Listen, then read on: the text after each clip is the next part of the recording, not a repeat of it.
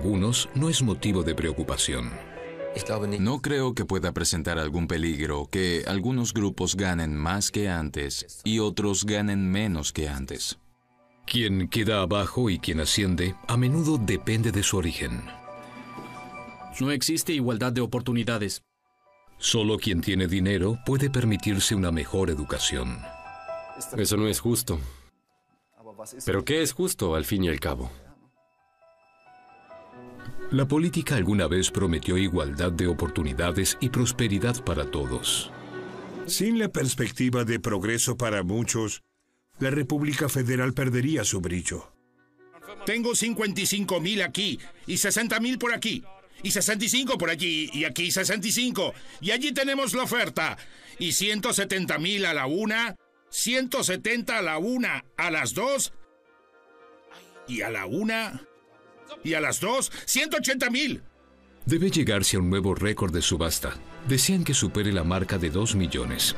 Fin de temporada en el criadero de caballos Hetzel.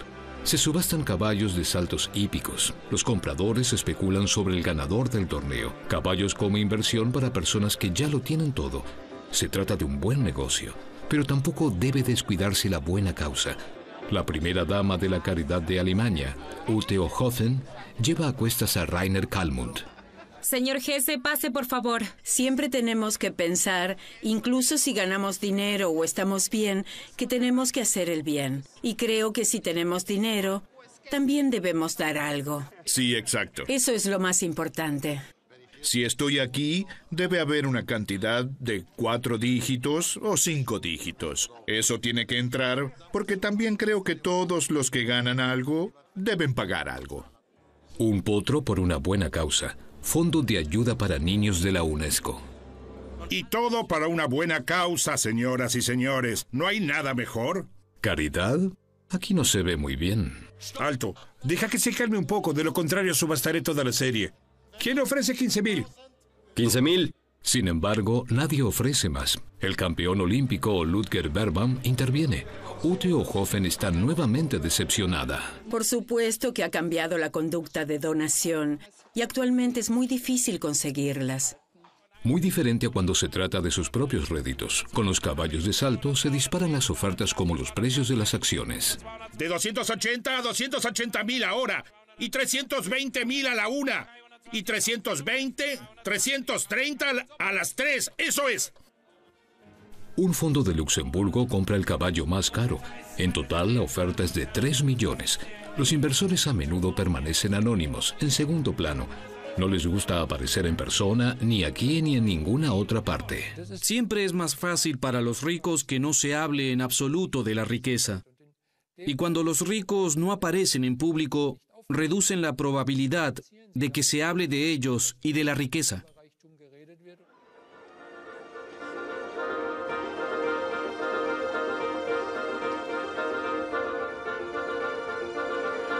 A la clase alemana no le gusta que la llamen así y prefieren que se hable lo menos posible de su riqueza. Fin de la temporada en Iffezheim, cerca de Baden-Baden. Lugares con parqué para todos, palcos para invitados especiales que quieren permanecer en un club cerrado. El jefe de Baden Racing, Andreas Jacobs, amante apasionado de los caballos, criador y heredero. La brecha entre ricos y pobres casi no le preocupa.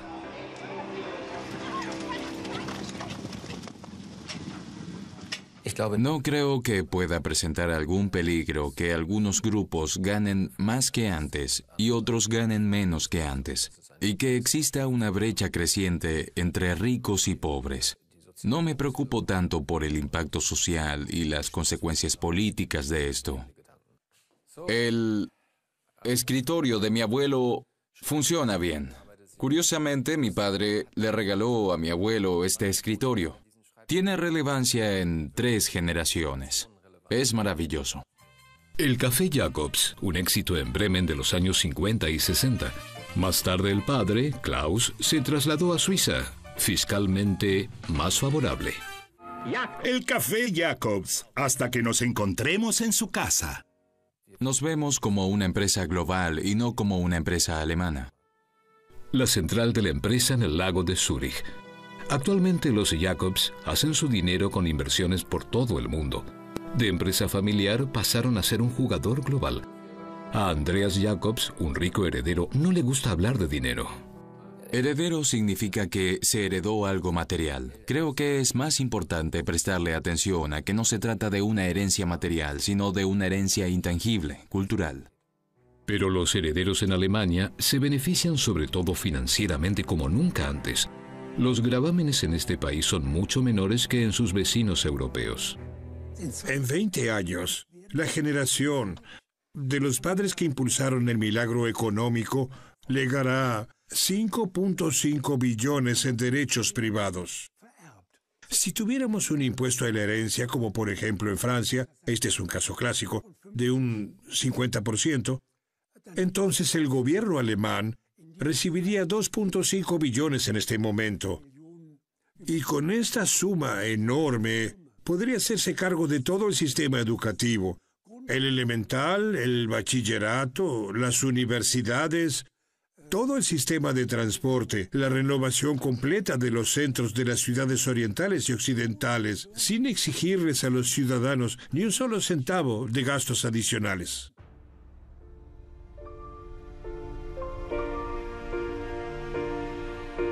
Astillero de Stralsund, en la costa del Báltico, cerca de Rügen.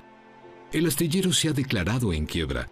La administración concursal busca desde hace meses un comprador. Aún se están terminando de construir 2 barcos con la ayuda de garantías. A 1.200 empleados les preocupa su futuro. Solo algunos siguen trabajando. Reciben sus salarios de la denominada Sociedad de Transferencia. ¿Por cuánto tiempo? Es incierto. ¿Cómo seguirá? No se sabe. El desempleo también amenaza a Ralf Bunger. Solo trabaja bajo demanda. Me despierto a las 5 menos 10 y entonces ya estoy despierto. A veces ni siquiera bajo la pierna de la cama.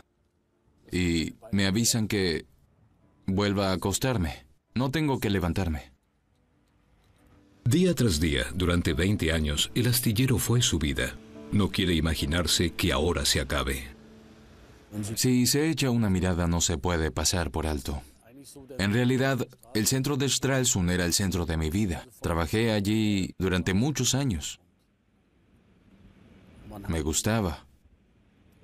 Y entonces explotó. Y todo se acabó.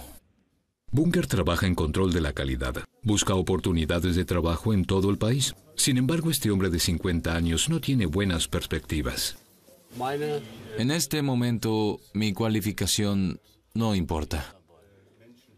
Ralf se distrae. Entrena a niños y jóvenes en boxeo. Esto ayudaría a lidiar con la incertidumbre. Y adelante. Alex, vamos. Más fuerte. Más fuerte. Si uno ha hecho deportes de competición, sabe abrirse paso. A veces uno va para arriba y rápidamente está abajo. Por el momento, Ralf y su compañera están más bien abajo. Tienen miedo del futuro. Si el astillero cierra, ya sabemos que por un tiempo debemos cuidar los gastos. Y creo que todo el mundo aquí sabe que no podrá volver a conseguir un trabajo así tan rápido, que además sea bien pago. Su pareja, Heidi Hilbert, también ha trabajado en Stralsund durante 25 años como vendedora en la panadería. Todas las mañanas y sin importar el tiempo va a la tienda en bicicleta. Así ahorra 40 euros del abono mensual. Debe contar cada euro. Como madre soltera ha vivido esto por muchos años. Así me mantengo. Sin vacaciones, sin grandes saltos, no uso productos de marca. Sencillamente no puedo, y entonces así puedo soportar esto. Ella trabaja de 30 a 40 horas por semana, y sin embargo al final le queda poco más que lo que recibe de ayuda social. Las preparaciones. Tiene que sacar todo, debe contarlo, hacer bocaditos, ponerles precio, cafetera, hervidor de agua, turno de la mañana, turno de la tarde, de lunes a viernes y sábados, el domingo en realidad también. Y cuando mira el resumen de cuentas de su jubilación, se asusta. No me gusta pensar en ello. Me da mucho miedo haber trabajado tanto toda la vida y al final no tener jubilación. La hija de Heidi, Silvana, es esteticista. Con su marido, un orfebre, se mudó a Suiza. Allí encontró trabajo en el spa de un hotel de lujo. La madre está orgullosa de ella. A ella también le iría mejor en el extranjero. Visitamos a Silvana en Zúrich. A diferencia de Stralsund, aquí ve un futuro para ella y su familia.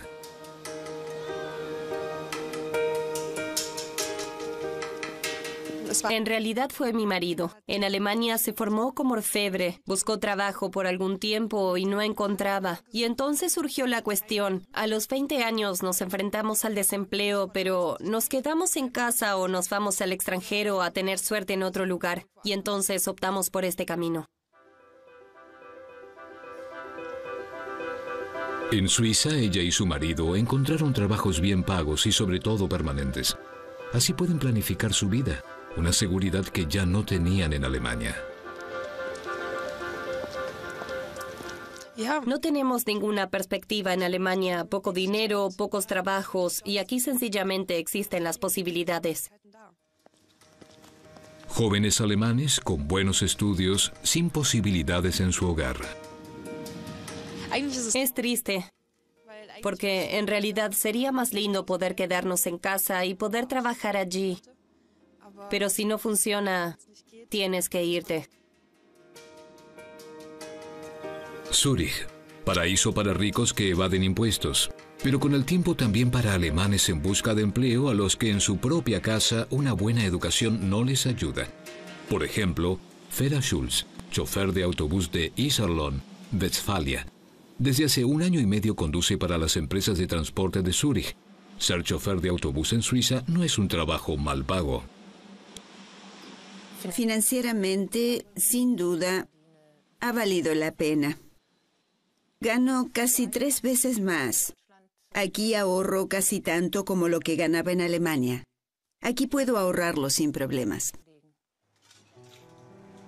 Hace casi 2 años fue el último día de trabajo de Vera Schulz en Iserlohn. La despedida no fue fácil para ella, pero en su compañía de autobuses solo estaba empleada a base anual y en el último tiempo a 1.300 euros al mes. De un contrato a otro era cada vez menos.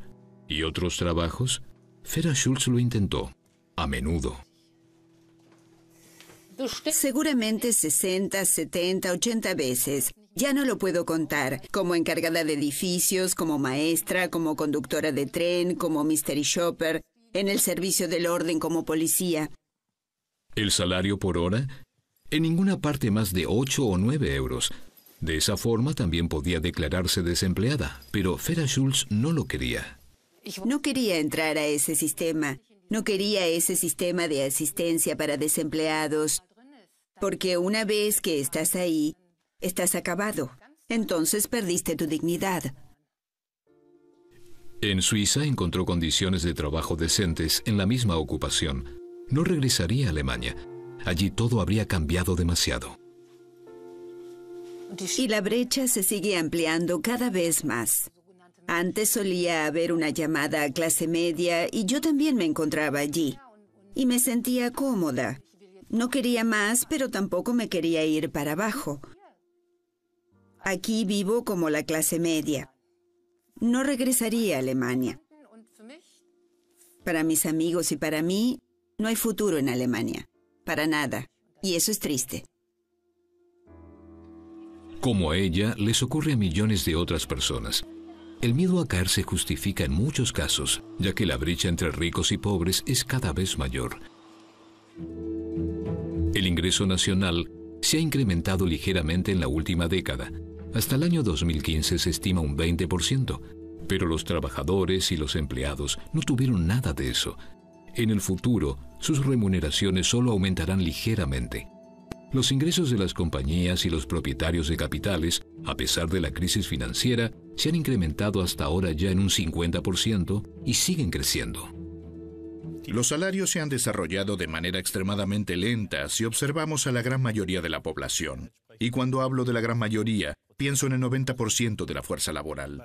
El 10% de ellos se ha desarrollado de manera muy dinámica. El 20% fue incluso disminuyendo. Por lo tanto, este grupo de la población ahora puede darse menos lujos que hace 10 o 15 años, y el 10% fuerte puede permitirse mucho más. Desde la finalización de la guerra se han construido 250.000 Volkswagen. Hay una diferencia con los años 50 cuando había optimismo en Alemania. Todo el mundo lo lograría. Milagro económico, economía social de mercado, igualdad de oportunidades. Con estas promesas políticas, Adenauer obtuvo la mayoría absoluta en 1957. En la competencia de sistemas con Alemania Oriental, Alemania Occidental no podía ser un estado de clase. El ministro de Economía, Erhard, prometió prosperidad para todos. Se convirtió en un símbolo de la antigua Alemania Occidental. En los años 50, 60, 70, hemos tenido grandes tasas de crecimiento y entonces fue relativamente fácil subirse al ascensor y dejarse llevar hacia arriba. Sin embargo, con la caída del muro de Berlín comenzó una nueva era. El bloque del Este estaba arruinado, Occidente había ganado. Por lo tanto, ya no había competencia entre los sistemas. La Unión Soviética era una especie de poder competitivo amenazante, y después de que cayó, creo que dejó de ser importante para muchos empresarios el asegurarse de que la mayor parte de su personal eficiente pudiera seguir compitiendo. Con el final del bloque del Este y la globalización, la División Mundial del Trabajo pudo abrirse plenamente.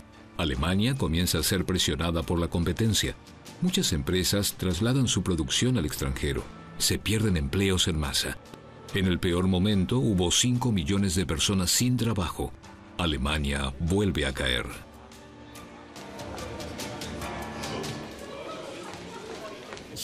Recuerdo que no hace mucho tiempo, Alemania era considerada el enfermo de Europa, y eso fue cuando se trataba de crear un equilibrio. Así, el gobierno rojiverde del canciller Schröder decidió una agenda de 2010 con fuertes recortes en el viejo Estado social. Damas y caballeros, vamos a recortar los beneficios del Estado. Vamos a tener que reclamar responsabilidad propia y una mayor contribución de cada individuo. Las reformas Hartz lograrían principalmente que la gente tuviera trabajo. Señor canciller, aquí hemos concebido el futuro para 2 millones de desempleados. Esperamos que tengamos mucho éxito al aplicarlo. Gracias. La promesa se cumple, pero diferente a lo previsto. Se crean nuevos puestos de trabajo, pero principalmente por contrato y trabajos temporales. Se crea un sector de bajos salarios. Cada vez más personas no pueden vivir de sus salarios como resultado de las reformas. Los economistas están en realidad todos de acuerdo que sin ellas, Alemania no hubiera podido atravesar a salvo la crisis financiera y la recesión. El precio que se ha pagado es la ampliación del sector de los mini empleos. Protestas masivas. El Partido Socialdemócrata Alemán fue seriamente afectado. El rojiverde fue destituido por voto. Las reformas Hartz son una carga pesada hasta la actualidad.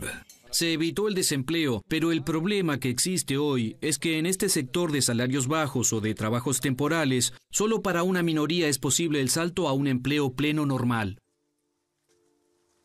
Ella renunció a la esperanza de ese salto.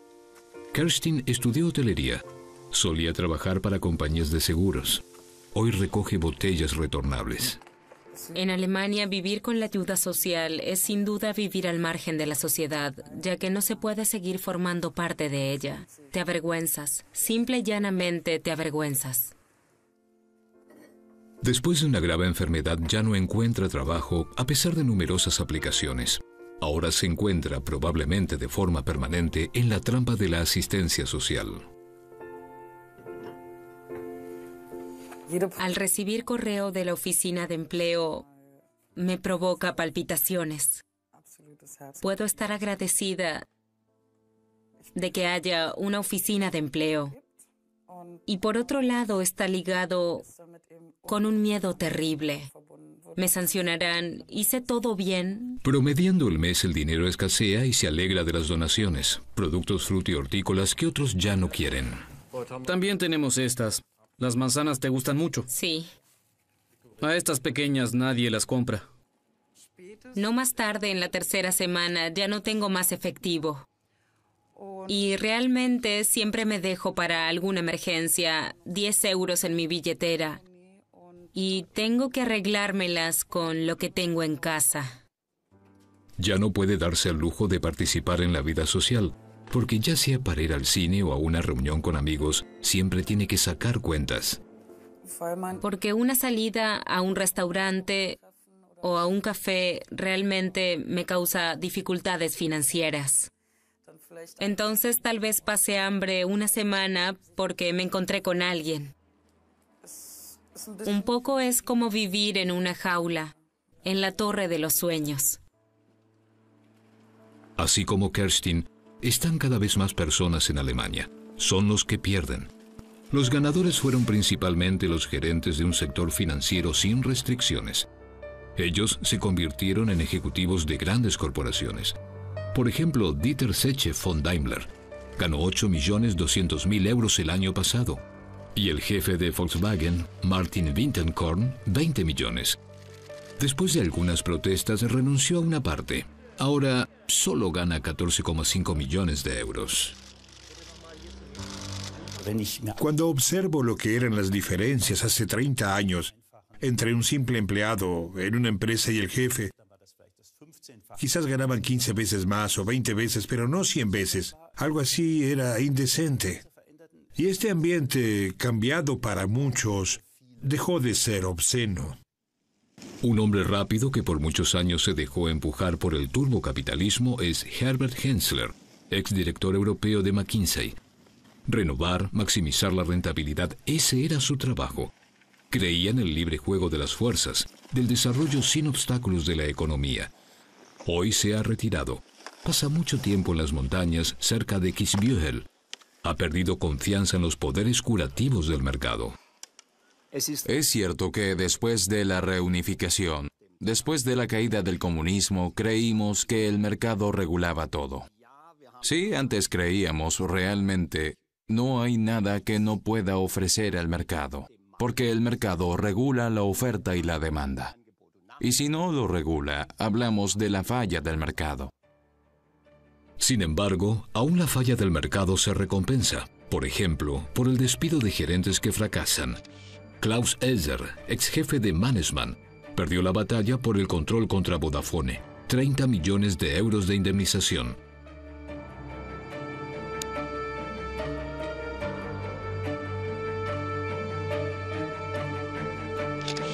Thomas Middelhoff, poco después de la ampliación de su contrato en Bertelsmann, tuvo que irse y por ello cobró 25 millones.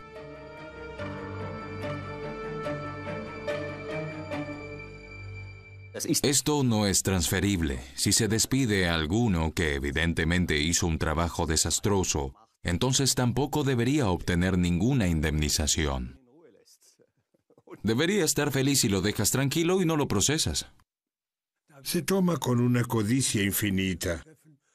Y como historiador que siempre me ocupé de la historia económica y social, debo decir que no conozco ninguna clase profesional en la historia occidental moderna que se haya distinguido con tal codicia de la empresa en sus propios ingresos como los gerentes actuales.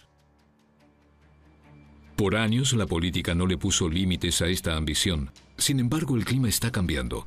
Después de un referéndum nacional, Suiza tomará medidas contra la estafa.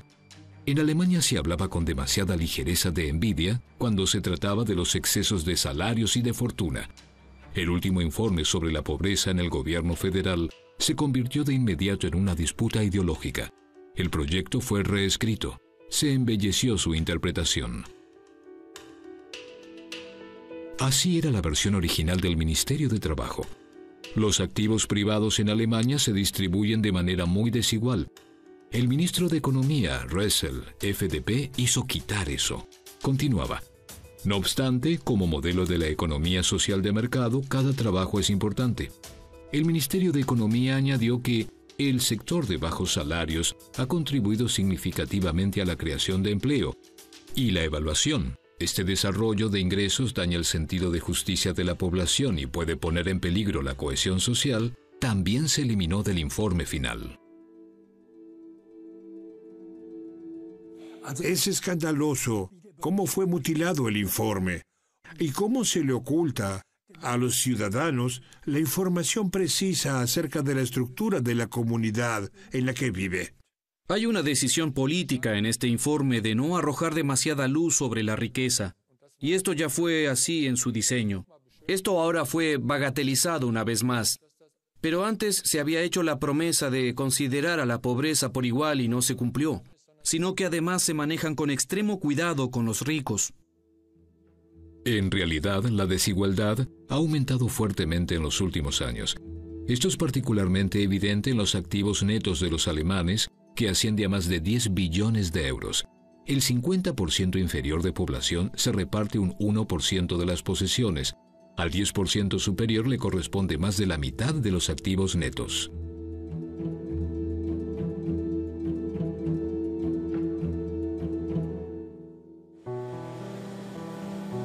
Él es una de las 10 personas más ricas de Alemania. El empresario Reinhold Wirth, de 77 años, que sigue siendo un ávido piloto, hizo su fortuna con tornillos. Su padre lo sacó de la escuela. Como aprendiz, Reinhold era proveedor en construcciones. Después de la muerte de su padre, con 19 años de edad, se convirtió en empresario y pasó de ser alumno a multimillonario. Cuando miro mi propia carrera, no hubo nada de holgazanería, sino, sin duda, ya debo tener unas 2 vidas laborales tras de mí en estas décadas que estoy en actividad. Hoy, Reinhold Wirth tiene sucursales en 80 países y emplea a 65.000 personas. Echa de menos el optimismo de los primeros años. Hoy las posibilidades son distintas. Un ascenso como el suyo es casi imposible. Wirth City, así llaman los suevos al mundo del rey de los tornillos, con aeropuerto propio y un museo de arte para el personal. Como muchos otros ricos, Wirth desconfía del Estado. Prefiere decidir él mismo dónde fluye su dinero. Arte, proyectos sociales, escuelas, universidades. Le gusta ser generoso voluntariamente. Se niega a las donaciones obligatorias a la comunidad. Básicamente, a nadie le gusta pagar impuestos. Pero si realmente tiene que ser, si se trata de 1 o 2%, seguramente nadie tendría nada en contra. Pero si fuera como en Francia, del 75%, francamente, en verdad, tiraría las riendas y también me mudaría. Tiene pocas razones para preocuparse, ya que la vida de los empresarios y de los acaudalados fue cada vez más fácil en los últimos años. Bajo el gobierno rojiverde, la tasa impositiva máxima disminuyó del 53 al 42%. También se redujeron el impuesto sobre la renta, el impuesto de sucesiones y el impuesto sobre las ganancias de capital, y el impuesto a la propiedad no aumentó desde 1997. Todo en nombre del mercado y del crecimiento. Se decía, tenemos que adaptarnos a los acontecimientos internacionales. Y acontecimientos internacionales significaron que se acercaron notablemente al desarrollo angloamericano y que entonces también se llevaron a cabo importantes cambios legislativos. Se liberó a la parte más rica de la población. Su hándicap es de 23. Podría ser mejor, dice Furaleger, pero el empresario rara vez tiene tiempo para el golf. Este empresario de Turquía vive en Alemania desde hace más de 50 años. El país ha cambiado, dice. La división de la sociedad le preocupa. Realmente tenemos que tomar muy en serio a la llamada clase baja y tratar de integrarlos. Si se siguen abriendo y cada vez más caen en ella, habrá reacciones. Solo falta que algún fanático de alguna manera se ponga delante de la gente, entonces tenemos la ensalada lista. Eger Fürel contempla orgulloso sus numerosos premios. Aquí tengo uno como empresario del año. Empresario del año de varias instituciones. Cuando llegó a Alemania, era posible ascender por la educación, incluso para inmigrantes. Según él, se carece de igualdad de oportunidades. Si se puede hablar de problemas con los niños migrantes, debo decir abiertamente que esto también es más bien un problema de clases bajas, porque no se ve que sean integrados en Alemania, que terminen la escuela y que después estudien. Creo que es uno de los mayores desafíos de nuestra sociedad, integrar a las personas que ya viven con nosotros en la sociedad alemana en la segunda y tercera generación. Considero que esto realmente funciona con educación y con formación. En cuanto a la formación, hoy las oportunidades están repartidas de manera más desigual que nunca. El Castillo Neubeuern, en Baviera, un internado para las clases altas, uno de los mejores lugares de Alemania para estudiantes cuyos padres pueden pagar mucho por educación. Un mundo perfecto, así se presenta la escuela en Internet. Educación en su mejor forma por casi 3.000 euros mensuales, incluido el ingreso y la tasa de examen. Los uniformes escolares cuestan aparte otros 500 euros. La danza aquí también es parte del estudio. Para los estudiantes es una iniciación temprana a la sociedad a la que más tarde pertenecerán como élite.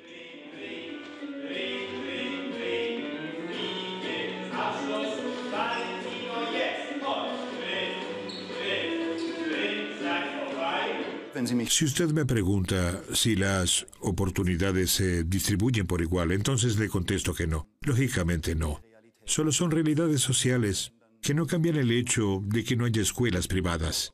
Y creo que con lo que hacemos aquí, también cumplimos una función social, porque trabajamos con jóvenes que muy probablemente en el futuro tendrán una responsabilidad personal. La llamada cafetería, el corazón de este castillo del siglo XVIII. Aquí se reúnen los estudiantes de Neubeuern desde hace 50 años, y los anteriores ayudan a los nuevos a insertarse en la vida laboral. Aquí se aprende desde temprano a hacer y utilizar contactos. Por supuesto que se tienen contactos muy diferentes. Lógicamente es una ventaja, pero también hay que saber apreciar esa ventaja. Y yo, por mi parte, lo agradezco. El dinero lo hace posible. Neubeuern ofrece las mejores condiciones. Clases pequeñas de 12 o 13 estudiantes. Cada uno tiene un iPad en el pupitre. Algo impensable en las escuelas estatales. En comparación con otras escuelas, esto es único y por eso para mí fue el motivo determinante para enviar mi solicitud aquí. La gran mayoría de los estudiantes no tendrían ninguna oportunidad de estar aquí.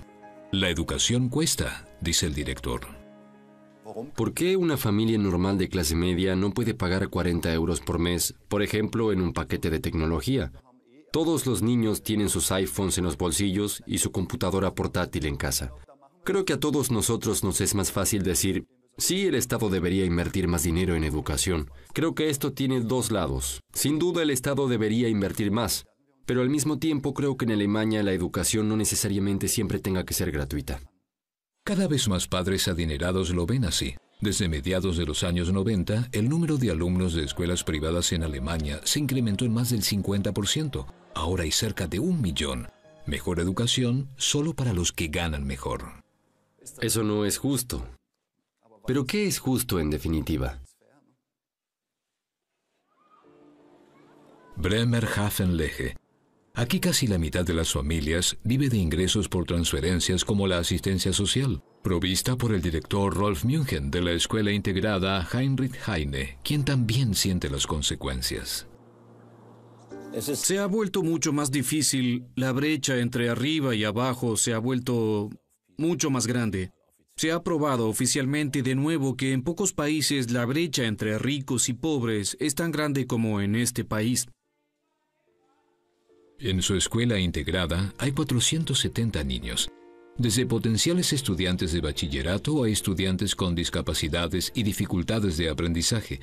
En la escuela prácticamente no hay ninguna posibilidad de hacerles justicia a todos. Solo podrían mejorar sus chances.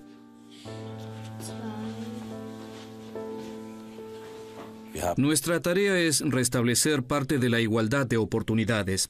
Tendríamos que organizar mucho más en cuanto a la participación. Para ello nos falta el personal y también carecemos de los recursos materiales. Creo que la escuela es el único lugar donde la pobreza puede ser combatida mediante la transmisión de la educación Y a esto también se agrega la participación en la educación. Lara y sus compañeros de clase no tienen regulado un día escolar completo con almuerzo y ayuda en las tareas. Así, muchos de ellos van por la tarde, como Lara, a Sonnenblume, una iniciativa privada para todos los niños del distrito. A Lara le gusta venir aquí. Siempre encuentra a alguien que tiene tiempo. Gracias. Sí. Vengo unas 3 veces por semana porque aquí puedes hacer muchas cosas diferentes. Pinturas, manualidades, costura. La jubilada Cornelia Rionenfart fundó Sonnenblume. No recibe nada del Estado. Las arcas de los municipios están vacías. Depende de donaciones y la venta de ropa usada.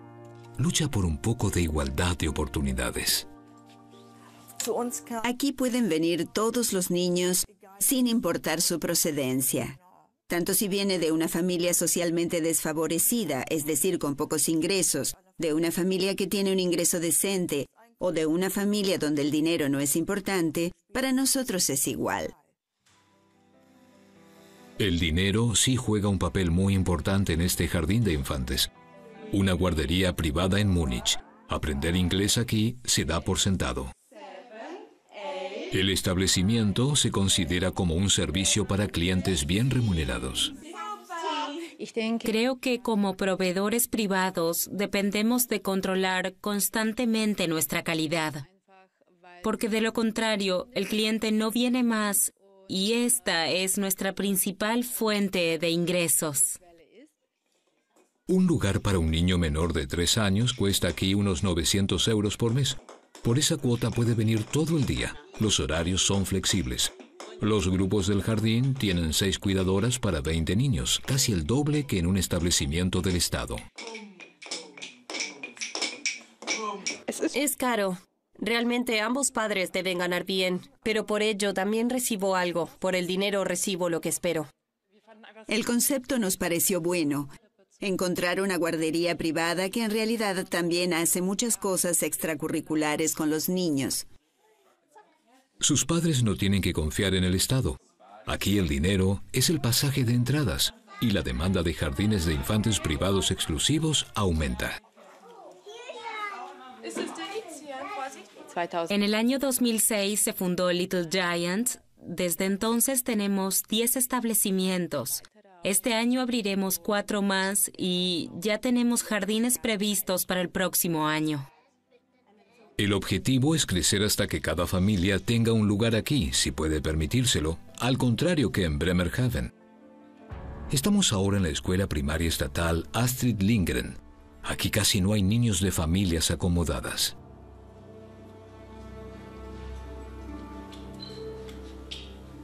El ambiente social aquí es muy importante y tenemos a la gran mayoría de los niños que no están acostumbrados en casa a trabajar concentrados o prestar atención o realizar cualquier otra cosa. La directora sabe lo importante que es el apoyo temprano, que tan temprano hay que marcar el rumbo de la vida de los niños. Esto primero debe dejárselo en claro a muchos padres. Si vivo en la 3ª o 4ª generación de desempleados, para mí da lo mismo. Me alegra que mi hijo tenga un lugar donde estar y que pase el día y no le presto atención. Esto suena muy duro, pero lo vemos muy a menudo. Incluso en las visitas domiciliarias, cuando salgo de hogares donde pienso, y tú le pides al niño que se adapte fácilmente, alégrate de que esté aquí y hazle pasar un lindo día en el que pueda aprender algo. Primera hora, clase de arte. Aquí a todos les gusta participar. Algunos tienen dificultades para concentrarse o prestar atención. ¿Y el verde combina? ¿Esto es un contraste complementario? Bien hecho, amarillo y morado. Sus maestros no se hacen ilusiones. Solo unos pocos lograrán hacer el bachillerato. En Alemania, el origen es más importante que el talento. Creo que no existe la igualdad de oportunidades. Cuando los niños ingresan a la escuela primaria, independientemente de si estuvieron en la guardería o no, ya han pasado por muchas cosas, y en las escuelas no podemos hacernos cargo de todo. Esto tiene consecuencias para toda la vida. Los hechos. Solo cerca de un 4% de los niños de hogares de obreros sin estudios logran por sí mismos ascender a puestos ejecutivos. Sin embargo, 2/3 de los niños de una familia con puestos ejecutivos se convierten ellos mismos también en ejecutivos o empleados altamente cualificados. El que encuentra indignante esta injusticia es Dieter Lemkuhl. Él es millonario, lo ha heredado, pero vive conscientemente de forma modesta. Él está dispuesto a pagar más por el bien común, porque le asusta el desarrollo en Alemania. La brecha entre ricos y pobres ha aumentado de manera muy dramática, tanto que destruirá los fundamentos de nuestra sociedad si esto continúa. No queremos ciudades quemadas como en Inglaterra. Reunión con millonarios de ideas afines. Han creado una iniciativa para un impuesto a la propiedad. Según ellos, a los ricos se les exige muy poco en este país. Vivo muy bien en una gran casa, tomo buenas vacaciones y tengo todo lo que necesito. Cuando veo los problemas de la sociedad estoy dispuesto a dar, pero creo que todos los ricos deben dar. No es suficiente que solo lo hagan algunas personas. Aquí tenemos un principio constitucional. La riqueza compromete. Las políticas y la legislación ya no se basan en ello. La cuestión es quién es el Estado. El Estado es solo de los ricos y a los pobres se le pide que paguen. La situación actual es completamente errónea. No hay nada de dinero y nadie habla de que se eleven los impuestos y que se paguen. Esto dicen algunos millonarios alemanes. Irónicamente, exigen a los políticos que finalmente les saquen más dinero. Son una minoría.